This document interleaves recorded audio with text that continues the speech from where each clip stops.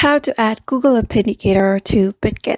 Hello everybody, welcome back to another video. In this video, we're going to learn how we can add Google Authenticator to Bidget. So without any further delay, let's begin with the video. But before beginning, I want you to make sure to hit that like, share, and subscribe icon.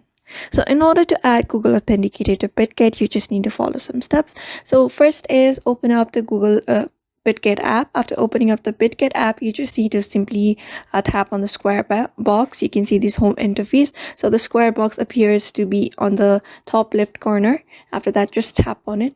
So here you just need to tap on your profile. After reaching this page, just tap on it. Just tap on your profile. And here you'll get to this user interface. So after that, you just need to scroll to the security, just swipe to security, and here you will be able to see Google Authenticator. Since here you can see I haven't added Google Authenticator, so I get this orange mark here. So here I'm just gonna tap on Google Authenticator and add the Google Authenticator security services here. In order to do that, you may just simply download the Google Authenticator.